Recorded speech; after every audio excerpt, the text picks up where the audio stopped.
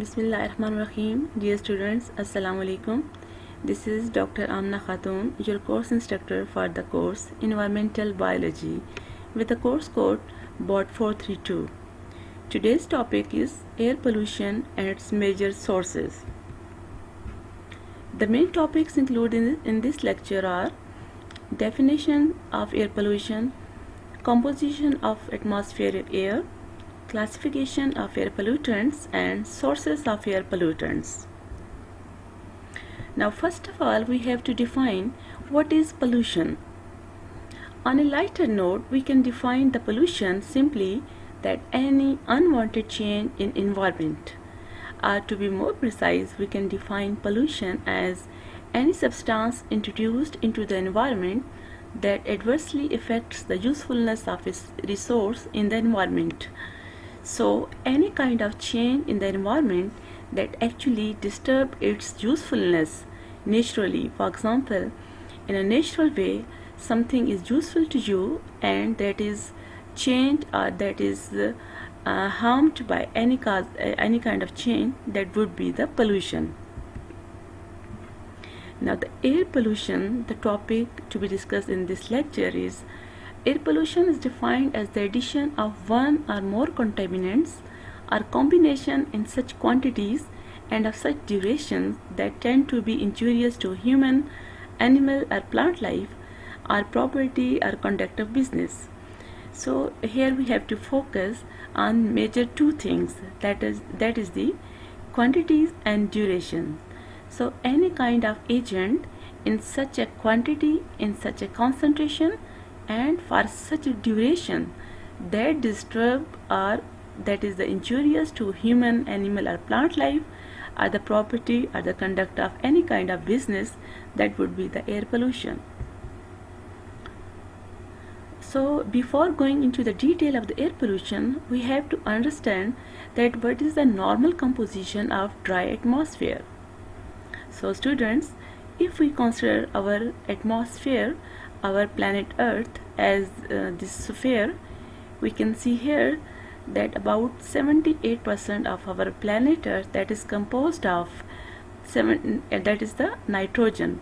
78% of the atmosphere is nitrogen, while rest of the 22% that include oxygen gas, that is 21%, and carbon dioxide gas, krypton, helium, hydrogen, neon and xenon, they combinedly making around 1%.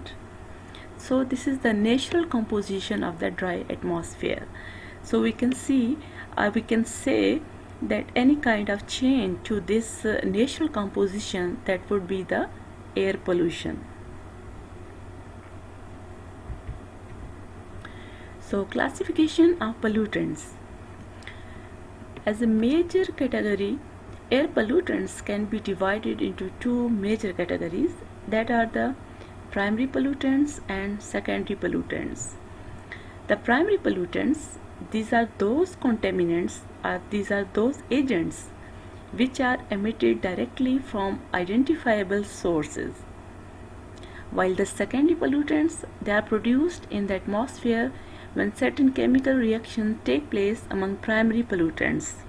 They are not emitted directly from the source, but they are actually the combination of various primary pollutants.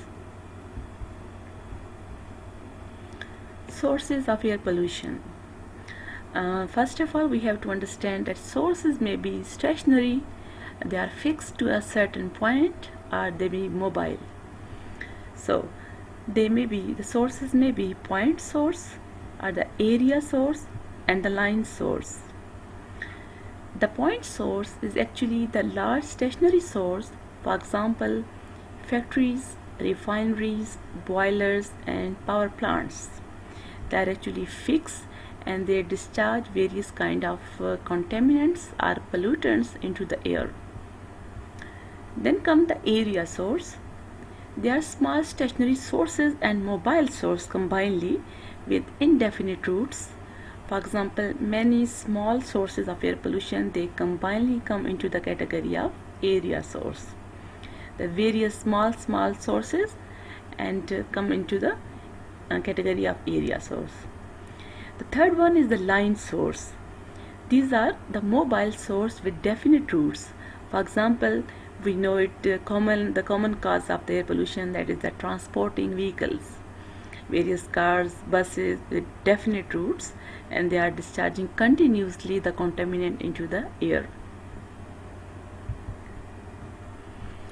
Characteristics of air pollutants. So here we have to define the parameters that any agent will meet, and we will call it air pollutant. So we have to characterize the agents to be pollutant. Number one is all those substances dwelling temporarily or permanently in the air that alters the environment by interfering with the health, the comfort, or the food chain, or by interfering with the property values of people. That would be the pollutant. A pollutant can be solid, that may be large or submolecular. A pollutant may be liquid or gas.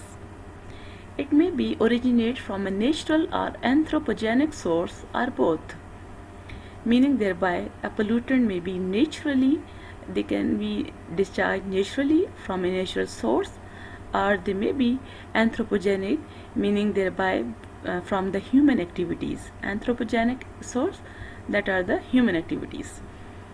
Even a small change can have a significant adverse effect on the climate, ecosystem, and species on the planet.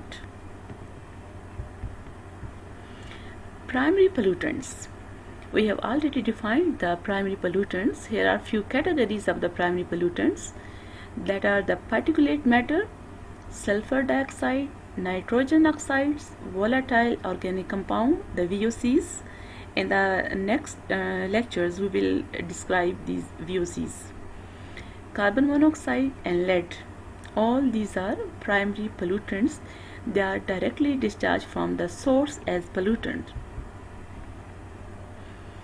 Here are few sources of primary pollutant. We have displayed all those pollutants in the form of a chart. We can see here that broadly two categories, natural and created by human, means anthropogenic. The natural pollutants may include volcanoes, breaking seas, pollen terpenes, fire, blowing dust, bacteria, and viruses. We are well aware about these biological pollutants. All these pollutants are natural. They are discharged from the natural resources. However, they are accentuated by humans, means they are enhanced by the human activities. They are increased by the human activities, human interference. And those pollutants, those sources that are purely caused by the human activities include combustion processes. We know that in daily life we combust the fossil fuel, the natural fuel, and many other things. From the chemical processes, we know that chemical processes taking place in the industry, and because of those chemical processes various kind of pollutants are added into the environment. The next one is the nuclear or atomic processes. Because of these processes also many pollutants add to the environment. Roasting, heating, refining processes, and then mining, quarrying, farming. Because of mining process also many pollutants are added into the environment. The next category is the secondary pollutants. The definition of the secondary pollutant is some primary air pollutants react with one another or with other chemicals to form secondary pollutants. So they are not directly discharged from the source, but they are actually the combination of primary pollutants. Here in this figure we have tried to explain the formation of the secondary pollutant from the primary pollutant. We can see here from the combustion of fuel in this vehicle many primary pollutants are discharged in the air, in the atmosphere, that include carbon monoxide, carbon dioxide, sulfur dioxide, nitrogen oxide, nitrogen dioxide, various hydrocarbons, and most suspended particles. So these are all primary pollutants. And at the same time, you can see here that naturally various sources are also causing air pollution. For example, this is the volcano eruption, and because of this volcano eruption, various kind of pollutants are being added to the environment. And here we can see again that this is the stationary source of the air pollution. That we can see here that this is the kiln, and through this source, this stationary source, various primary pollutants are discharged into the environment, and by combination of these primary pollutants, they are now secondary pollutant has been formed. These secondary pollutants include sulfur oxide, nitric acid, sulfuric acid, hydrogen peroxide, ozone O3, ozone paracetyl nitriles, pens, most NO3, and sulfate salts, etc. So they are produced by the combination of the primary pollutants. Second pollutants, they are the, for example, atmospheric. Sulfuric acid is one example of the secondary pollutant. Air pollution in urban and industrial area is often called smog. So here is the few brief introduction of the secondary pollutant. The detail we will discuss in the next lecture. The photochemical smoke, a noxious mixture of gases and particles. It's produced when strong sunlight triggers photochemical reaction in the atmosphere, and the major component of photochemical smoke is ozone. We have previously discussed about the ozone also. However, about these secondary pollutant in detail we'll discuss in the next lecture. In this lecture, you just have to memorize the name of the secondary pollutant. About the details we'll discuss in the next lecture. Major pollutant sources, for example, here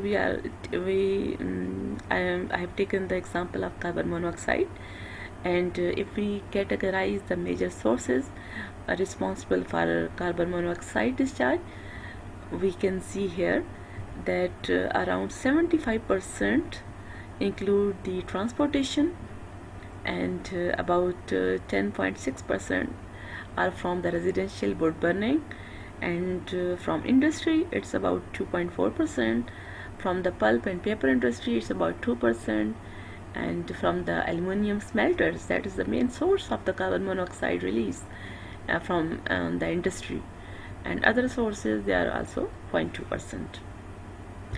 So students, this was all about the air pollution, its causes, its main sources, and here are few references which I have discussed for the preparation of this lecture, and this is the recommended book for this lecture.